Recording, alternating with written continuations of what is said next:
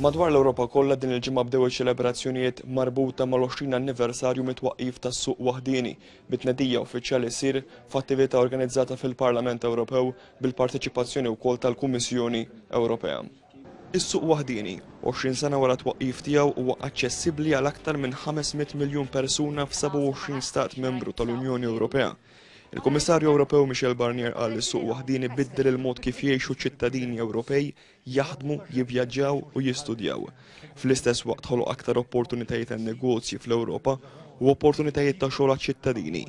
Mistoqsi minn One News dwar l-influenza li stat żgħir bħal Malta jista' jħalli fuq l-iżvilupp tas-suq waħdini, iċ-ċermen tal-Kumitat dwar is-suq internu l-Konsumaturi, l-Europarlamentari Malcolm Harbour, faħħar kemm il-ħidma ta' Louis Grech bħala Europarlamentari kif ukoll tal-Kummissarju Malti John Dalli.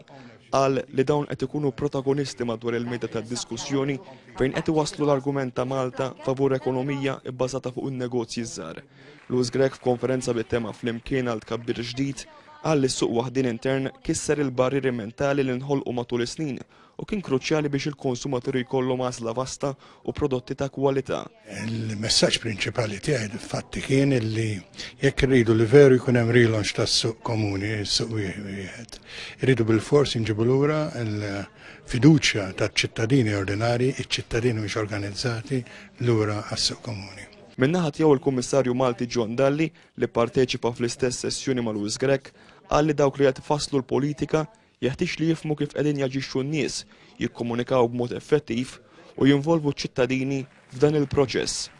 F'interventi tagħhom il-President tal-Kummissjoni Ewropea José Manuel Barroso kif ukoll il-Prim Ministru Taljan Mario Monti kellhom kliem ta' tifħira għar-rapport imħejji mill-Ewroparlamentari Laburista Louis Grech illi jitkellem dwar kif is-suq waħdini jista' jkun ta' servizz aħjar kemm għall-konsumaturi kif ukoll għaċ-ċittadini Ewropej.